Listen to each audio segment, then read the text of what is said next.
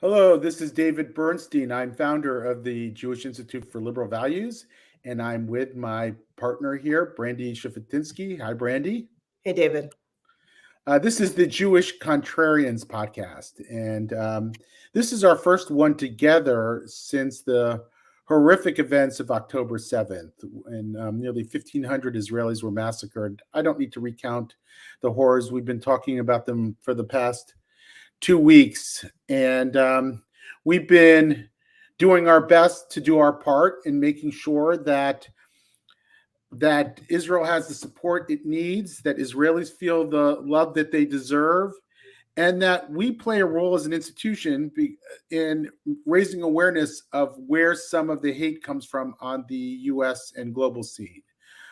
We've been involved in a number of campaigns to sort of really expose the hideous statements made by left-wing ideologues defending Hamas, even reveling in the mass murder that was committed against Jews. Some of the people that we're paying special attention to, as you can imagine, are the people from the Coalition for Liberated Ethnic Studies, who are designing curriculum and teacher training for California schools. These are radical voices in the world of academics who are now trying to poison the well in K through 12 education.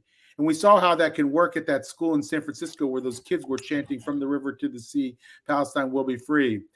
So these are the people we have our sights on. We want to make sure that a superintendent or an education secretary in a state understands who they're dealing with, understands who's writing the curriculum, understands that these are not people who support diversity in any sense of the term.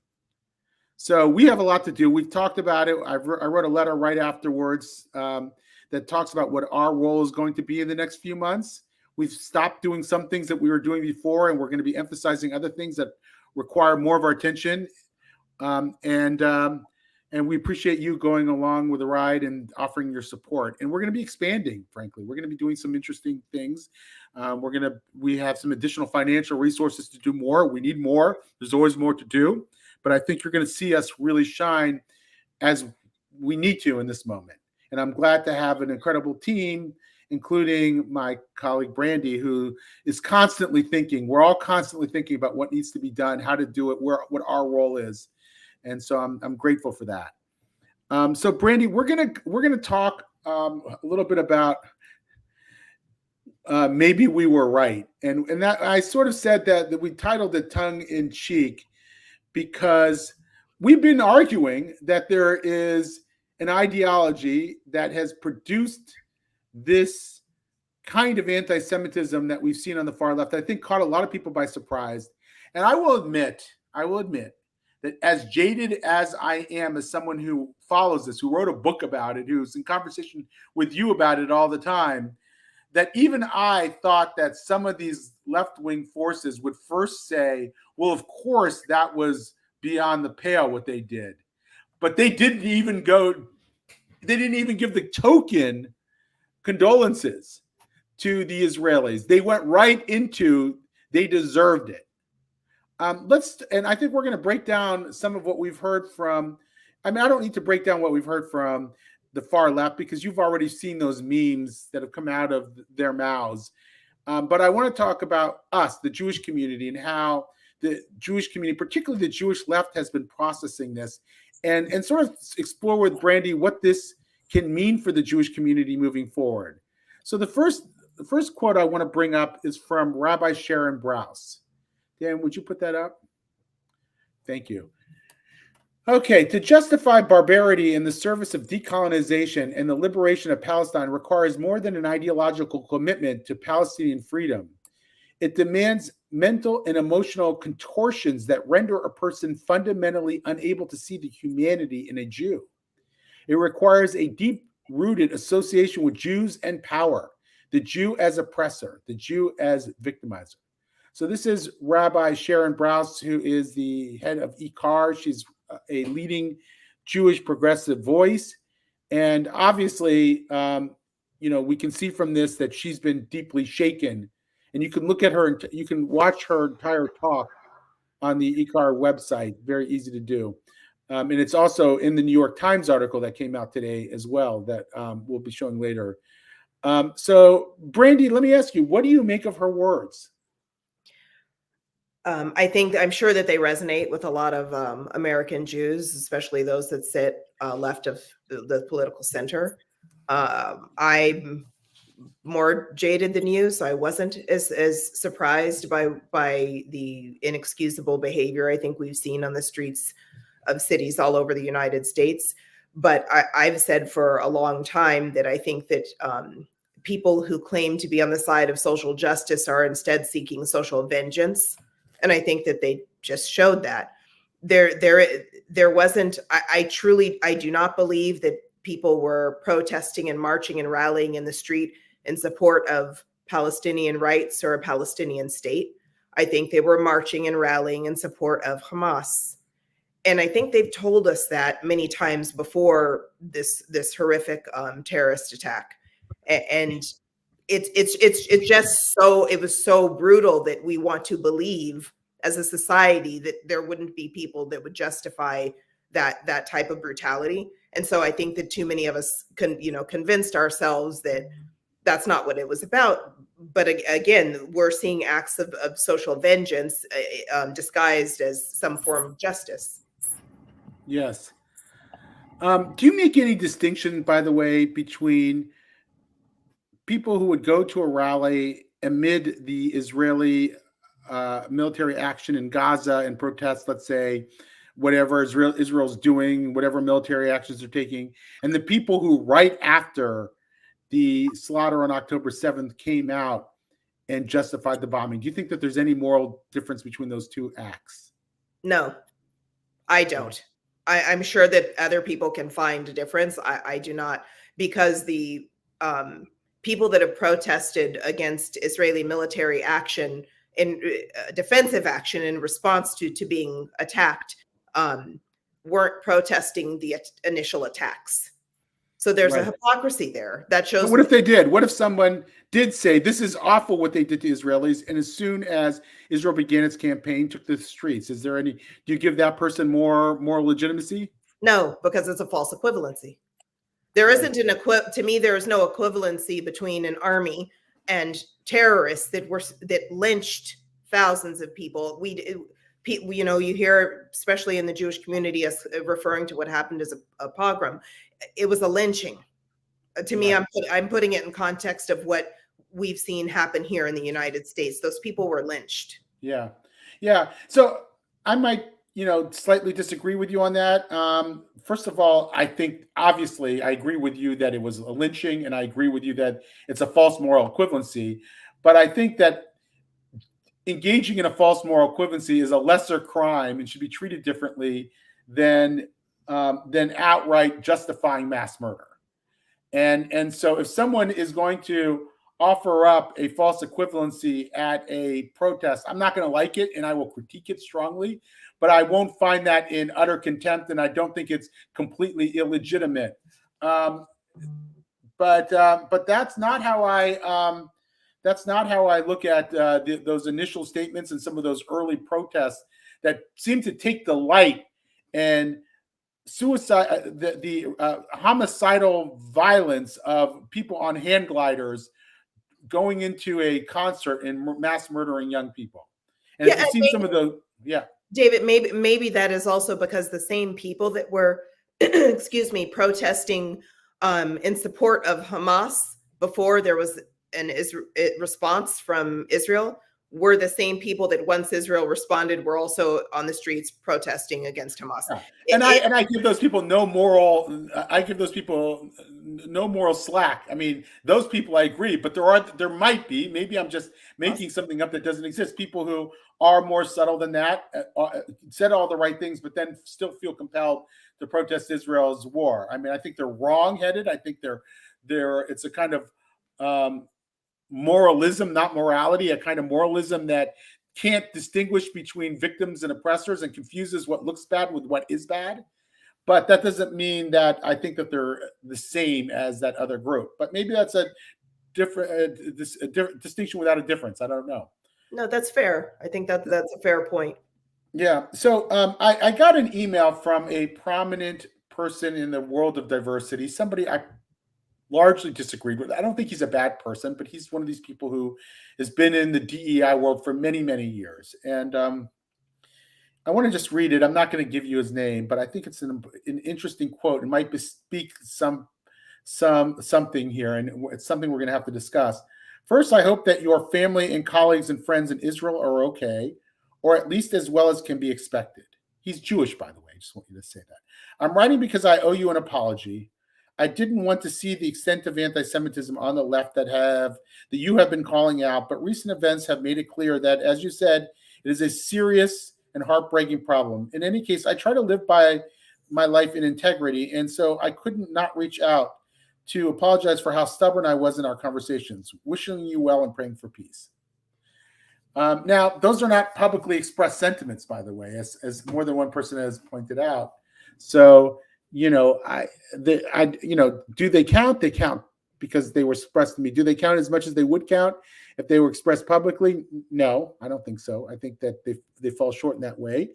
But I'm raising this not to judge the person who sent that to me, but also to ask you, Brandy, what you think, to what degree do you think this is going to sort of sink in among Jewish progressives like Sharon Brous, who we just heard, like the person I just mentioned? I'm sure for those individuals that it has sunk in. How much weight that carries if they don't then publicly feel comfortable publicly expressing the same sentiment as the message that you just read out loud. I think time will tell.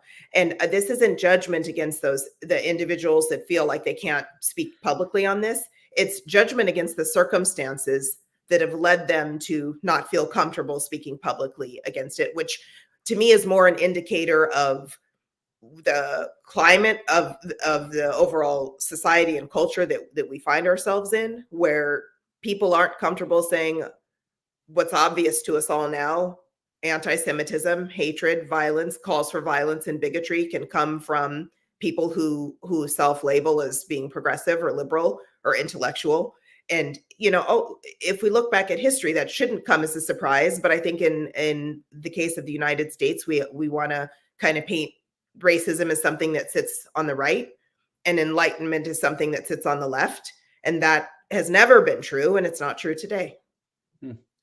So, Dan, would you bring out Sharon Brous's quote one more time? That's the first quote we shared. Okay.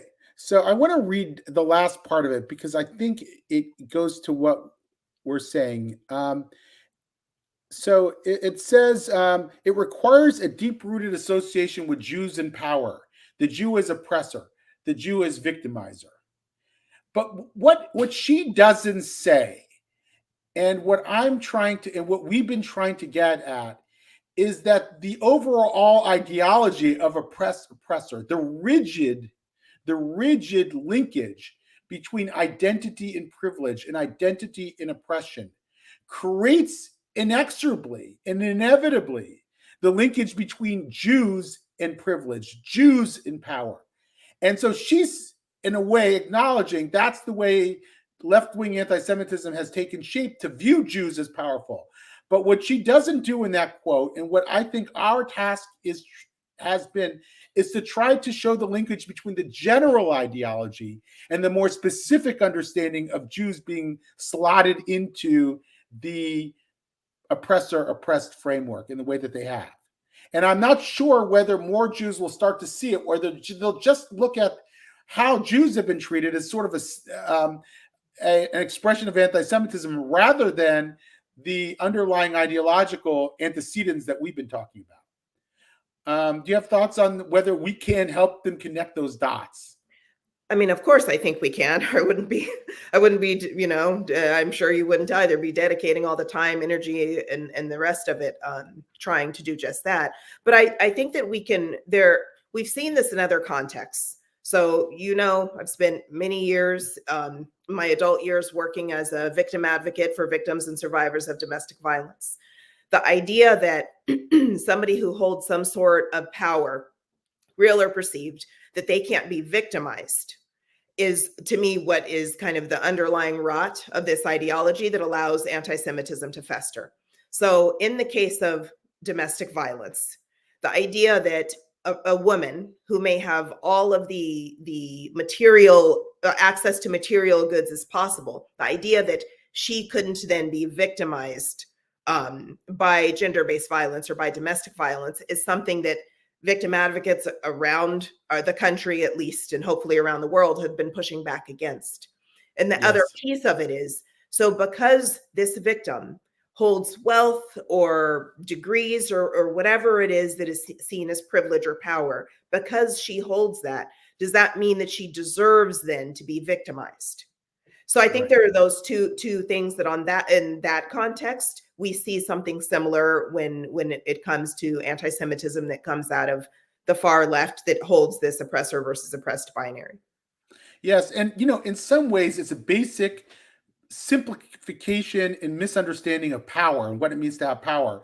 The postmodernist left's contribution to understanding of power was that power could be and sometimes is structural, but it also doesn't. It also shrinks power into structural power alone, and it doesn't actually acknowledge that a supposed person, a powerless person who doesn't have, let's say, some kind of structural power, can't be powerful. They can be. They can do a lot of damage. They can murder. A person who picks up a gun and kills 100 people, even if they've never had wealth, is a person who has power. They've just exercised incredible damage and harm to other people's lives. Anybody with a microphone or a Twitter account can have incredible power, no matter where they started out with. And so I think it's a total misnomer to see power in that very, very narrow sense. And that part of what we have to do is sort of re-educate people on what power is and how it can manifest differently.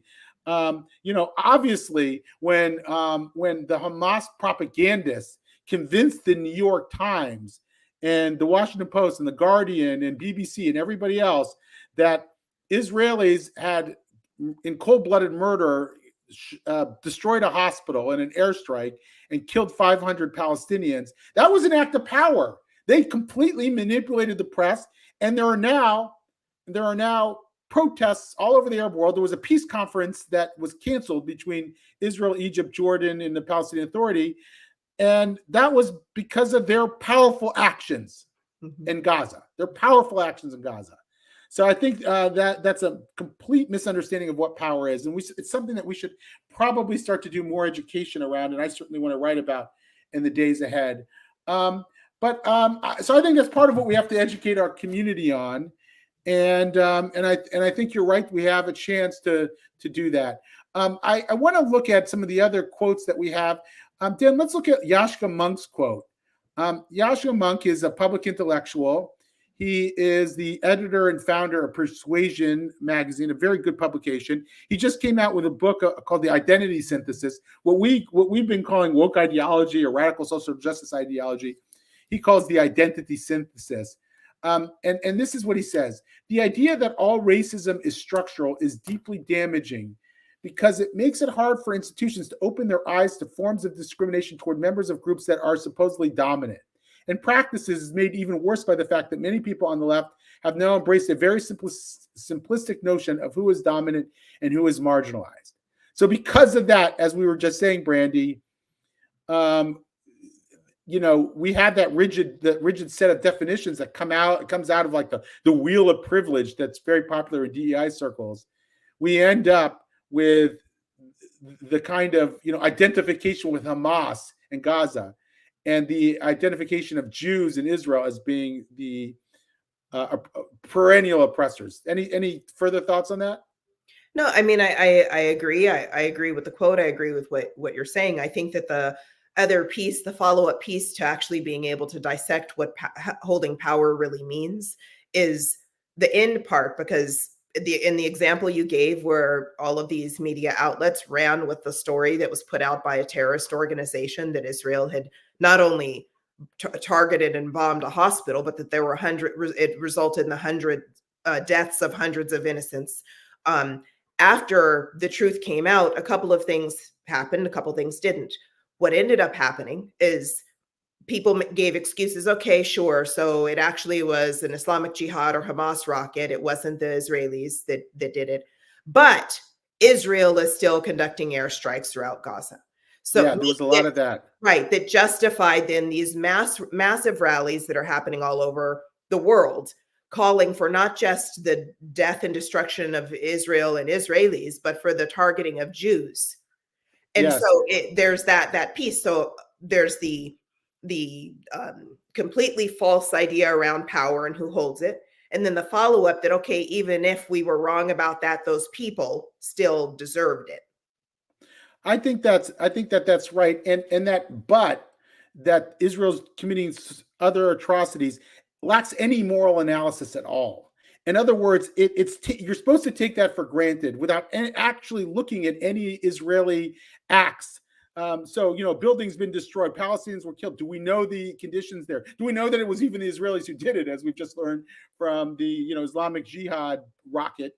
So so even that they shouldn't take any moral dispensation from, because it doesn't get them off the hook at all. All you've done is just showed destroyed buildings and casualty figures, by the way, that we don't know if they're true, because they also come from Hamas sources. So of course there are innocent people who have been killed. Every war is the case, but I don't know if Israel's crossed any red lines, because no, you're not doing the analysis of it. All you've done is make baseless accusations. So I want to look at some other quotes that have come out by public intellectuals and the like. Let's how about Tabia Lee's quote?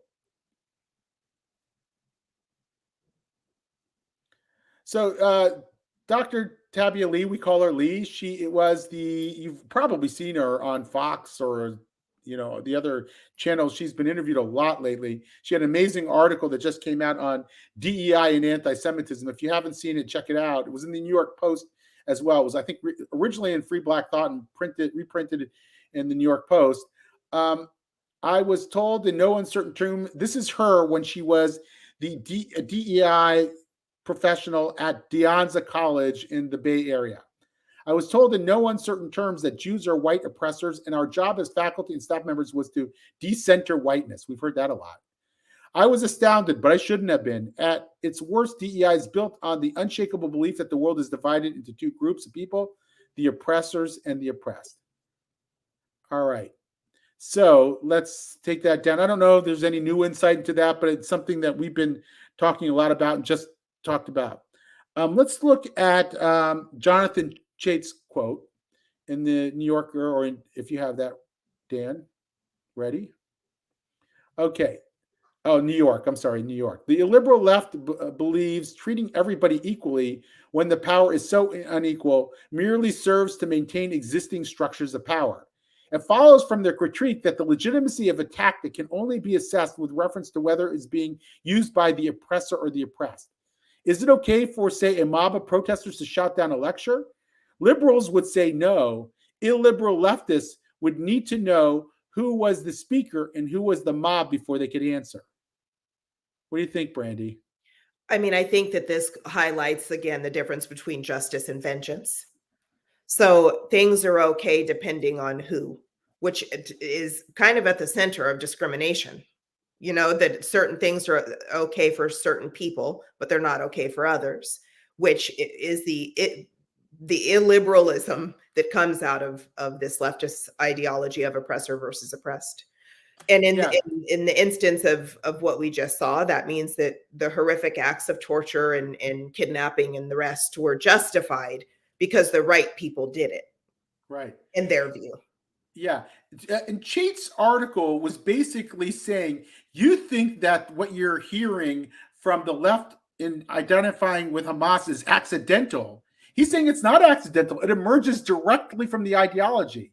So he's doing what we want the Sharon Brous to do in the future, which is not only to talk about that Jews are perceived by many as oppressors, but to explain why that is a natural outgrowth of the illiberal left ideology in the first place. That's what we're trying to get people to understand that they're not understanding so far, or many aren't. I think some are. Maybe this is a turning point for them, that you can't disassociate the ideological rigidity and the natural anti-Semitic outgrowths of it. So when we've been a bit critical of some of our fellow Jewish organizations on ethnic studies in California for saying that that's, it's okay to teach settler colonialism as an ideology as long as you don't point the finger at Israel as being a settler colonialist state, we say no. And we hope that they're going to say no in the future, because we hope that they get it for now on. There's one more quote I want to look at that came out of the press. It's from Jason Willick from the Washington Post. He's a columnist for the Washington Post, a regular on the editorial staff. Identity politics is a game Jews can't win.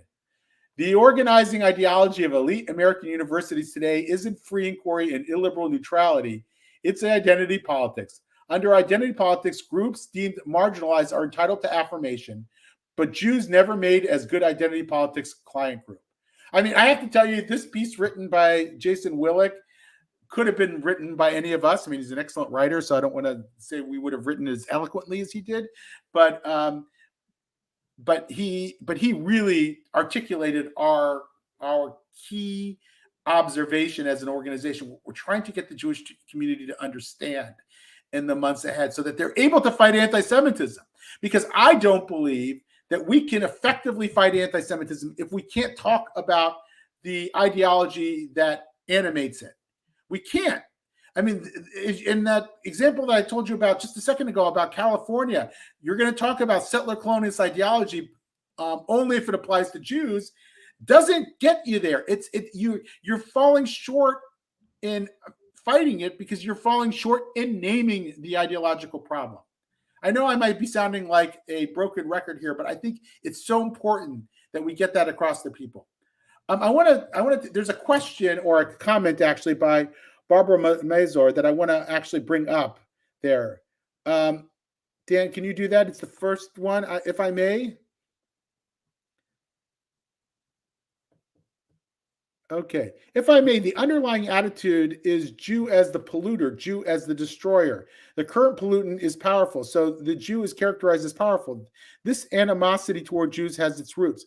And she said, in the replacement theologies of Christianity and Islam, in my humble opinion. It's an interesting point. I thought it was really worth bringing up because what it shows you is that there are sort of underlying anti-Semitic forms in the discourse that sort of cross-cultural and national boundaries. And so that's already in the ether, that Jew as the polluter, Jew as the destroyer. And so the right can come up with an ideology like Great Replacement theory and slot in that basic implicit understanding of Jew as the polluter and Jew as the destroyer, and then fit them into that grand narrative. And so can the left. And so can the Muslim extremist anti-Semites as well. They can all take that form, that cultural form, that deep-seated cultural form, the oldest hatred, and slide it into their ideology. And I think that's what she's saying here. It's been around a long time. It's in the replacement theologies of Christianity and Islam. And it's easy then to find ways of giving it expression because it's always been around. Now, that doesn't mean, in my view, that we can't shove that to the side, that we can't make it taboo. I think one of the great successes in fighting anti-Semitism during the civil rights movement and beyond is that we made it harder for people to say those things out loud. We made it harder for people to keep us out of the country club or their law firm or whatever else. So there's been progress. That's what progress looks like. But it doesn't eradicate the original anti-Semitic form, which is deeply seated in society. What do you think, Brandy? I think the roots of all of this is there are excuses made to be able to say that Jews deserve it. Whatever ill befalls them, they deserve it. And my concern is that in at least the United States, Jews that sit on the left have internalized that.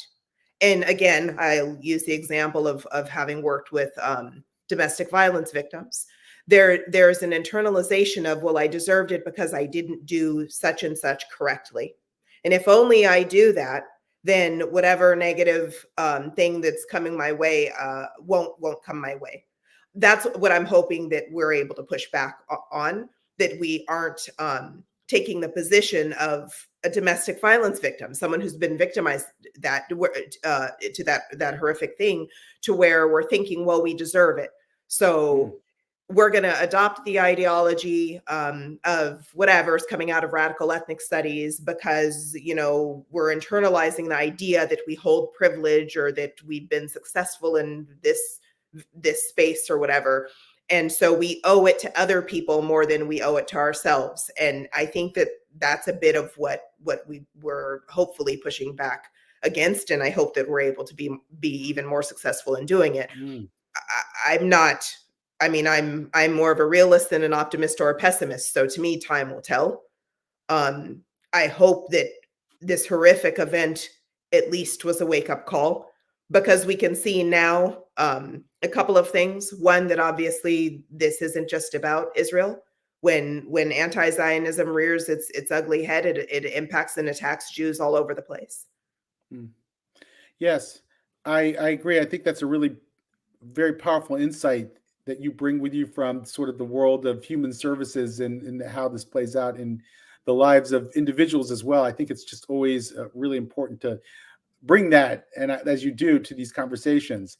One thing I want to keep in mind, though, because I want is that most Americans strongly support Israel's right to self-defense. We've seen it in the polls. The Marist poll that came out, a few days ago, maybe it's faded a bit, but Israel was overwhelmingly supported by the average American. And in both parties, I think we've seen a great deal of support and sympathy. Hakeem Jeffries, who is the Democratic Majority Leader in the House, came out with a very strong, unequivocal statement. So what you see sometimes in politics, where people are subject to the popular whims and have to run for election, you see moderates saying moderate things.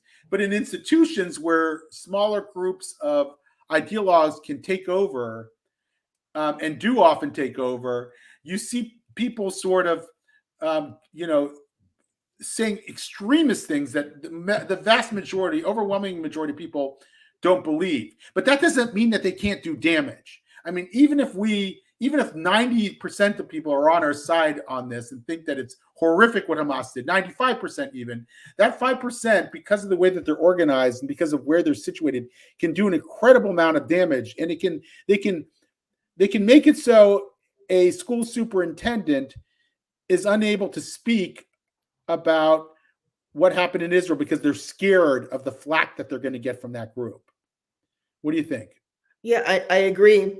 I think that I hope that more people take, kind of follow the lead of people like Congressman, Richie Torres, where he's so courageous and brave in speaking about what's right and what's wrong and taking a position.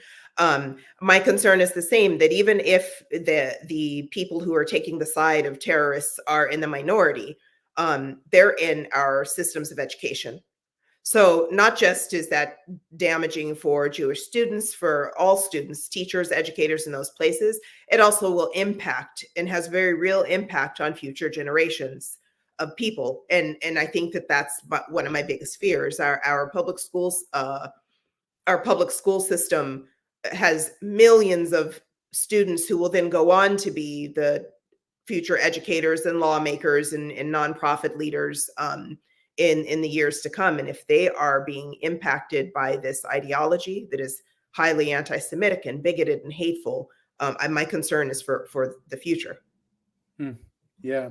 So how confident or unconfident are you that this is going to be a turning point in the mainstream Jewish community on these issues? That I guess one, from my standpoint, one metric might be, does the opposition still come every time I go to speak at a community or an institution, or well, maybe there will be still opposition, but will that opposition be more easily overcome by people inside the institution who say, we really have to hear this voice because maybe he was right, maybe Brandy was right? What do you think? Is this a turning point in the Jewish world?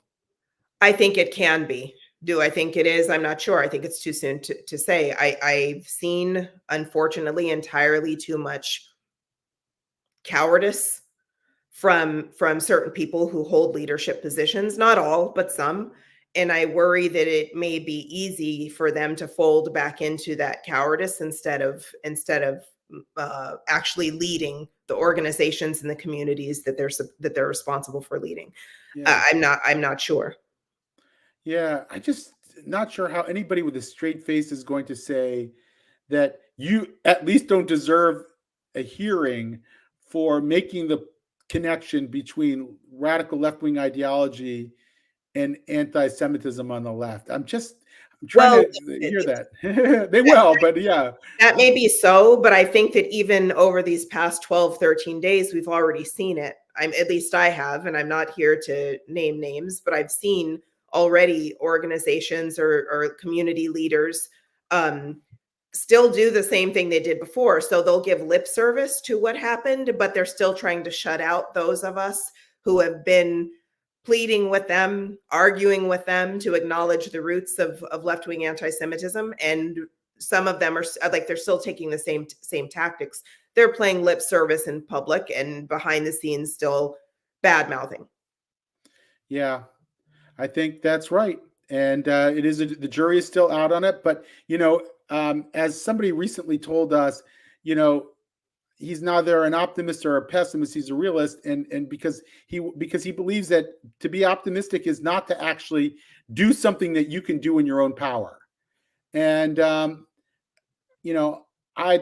think we have to do it in our own power. We have to, people like us and an expanded group of people who are watching this or hearing this, have work to do. We have work to do to make sure that it doesn't revert back. We're coming to an end, but our friend Mars Chung put up a question. As a result of the last few weeks, several big donors have ceased to donate to some of our major universities. Will this have any perceivable effect on the culture war? I'm glad you raised that, Mars, because I think that's one of the questions. I mean, it's not the only thing going on, right? Like having, statements from Rabbi Sharon Brous, who speaks the unspeakable, is really important. Hearing from very respected public intellectuals like Jonathan Chait and Yascha Mounk, that's really important as well. But also having people use the power of their purse, major hedge fund people who are presidents of universities and the like, that can make a huge difference. And it certainly makes university presidents run scared. And what I like from them is not that, especially the article in the Free Press by Rowan, which I thought was a really important piece. He is the current chair of the board of the Wharton School. What I liked about his comments, especially, were that he didn't just talk about the cowardness in the face of anti-Semitism and what Israel had gone through, but rather the overall intellectual environment which he allowed happen in his own institutions. And I think that's really what we've got to get across to the donor class. Don't just get them to say the words that they did, the right words at the right time. Get them to understand the ideological problem, the larger ideological problem. And I know that there are people in the larger liberal community. What I mean by liberal, of course, is that liberal humanist community that oppose ideology are hoping, they're pinning in their hopes that this set of events will spark a larger shift in attitudes. And I think that's our job. Our job at the Jewish Institute for Liberal Values is to help ensure that this sparks a larger shift in attitudes. And that we're down to the benefit of the Jewish community, but also we're down to the benefit of the larger society, because we can't thrive. Jews can't thrive in a society that's illiberal, that holds those rigid ideologies, that's run by university presidents that want to stifle, not open up conversations. So that's our work. I mean, to address Mars's comment and something you just said, I also think it's important to note that a lot of this isn't coming from the university presidents. It's actually coming from the professors. So, university presidents are answering to professors and their radicalism because they haven't been held accountable for the climate on campuses by their donors. And which is, I think, why we're seeing a lot of the anti-Semitism and other sort of radicalism on campuses. So I'm happy that donors are paying more attention to what their money is funding. But I think the other part of it is that While that's happening, we also see faculty releasing statements, which just happened today or yesterday at a major university, speaking out against what they call outsiders trying to impact what they're doing on campus. I have one more thing I want to explore with you before we wrap it up. Obviously, this is a little longer than we usually go, but I think people can understand why. So I wrote a piece this past week in Quillette magazine called Woke Antisemitism, A Reckoning. And it was meant to address what we're really talking about today. Maybe, Dan, if you can find that and put it up. I didn't give it to him in advance, so it's my fault. And one of the distinctions I try to make in that, and I'm not sure if you agree with me, Brandy, but you'll let me know, is between sort of the extreme radical social justice camp and the more moderate radical social justice camp. Now, I call them the decolonizers is the radical camp. They talk a lot about decolonization, and what they mean by that, according to Wilfred Riley, a professor at political science, he goes, decolonization is ethnic cleansing but woke. And the decolonizers believe that Israel should be dismantled from top to bottom. And these are people who generally are extremely anti-capitalist, that believe the whole system is rotten to its core, that it needs to be overthrown, even if slowly. Thank you, Dan, for putting that in there. Woke Antisemitism, A Reckoning in Quillette. And so that I think that's camp, a distinct but overlapping camp with the sort of softer social justice camp that also buys into the oppressor versus oppressor narrative, but they're capable of seeing, mass murder as inherently problematic, and they don't necessarily view all Israelis as mass murderers, but they are not then able to necessarily see Jews as being oppressed or marginalized in the same way as they might Muslims or other communities. So they have this script running through their head that says Jews are a powerful group and hence not capable of experiencing harm, and Muslims are a marginalized group who can experience harm. So that even if they don't think about it in such explicit terms, that's where they end up. What do you think about that? Do you think I'm right in making that distinction? No. I disagree. No, I think, no, I'm kidding. I think that there is a distinction, but I don't know if the outcome is any different. I think that at a certain point, again, I always come back to the what I see as maybe it's a central idea that certain people deserve it. And so even the people that maybe aren't as radical still hold a little bit of that. And their definition of who holds power and who is marginalized is quite skewed. I wouldn't say that it's factually accurate. If you talk about numbers, if you want to talk about settler colonialism, I mean, where do people speak Hebrew? In Israel, nowhere else, because Israelis, Jews never colonized anywhere. Right. So, I mean, the historical, factual inaccuracies of that ideology, to me, still lead us down the same path. Those people just aren't as far along on the same path. Yeah, I think this is how I look at it. Camp number one articulated the ideology that led camp number two. It's more capitalist oriented, by the way. Sometimes it's deeply capitalist because they're making careers, DEI careers out of it. Led camp number two to their flawed and illiberal politics, and camp number two, in some ways, serves to justify camp number one. In other words, it shields camp number one from the scrutiny that it deserves. So I do think that that the two are symbiotic and deeply related. But I don't hold a person who has sort of bought into the softer version of this in contempt in the same way I would somebody who wants to just outright destroy the Israelis in Israel. So I don't know. No, I think that's a fair point. I agree with you on that. I think that one can very easily lead to the other. They can and they do. Yeah. They can and they do. Yeah. All right. I think that's a wrap. I hope we all have a peaceful Shabbat. I worry a lot that we could be on the verge of a larger regional war. I hope not. But I hope we, in the meantime, have a peaceful Shabbat. Thank you, Brandy. Thanks, everyone. Shabbat Shalom. Thanks, David. Shabbat Shalom.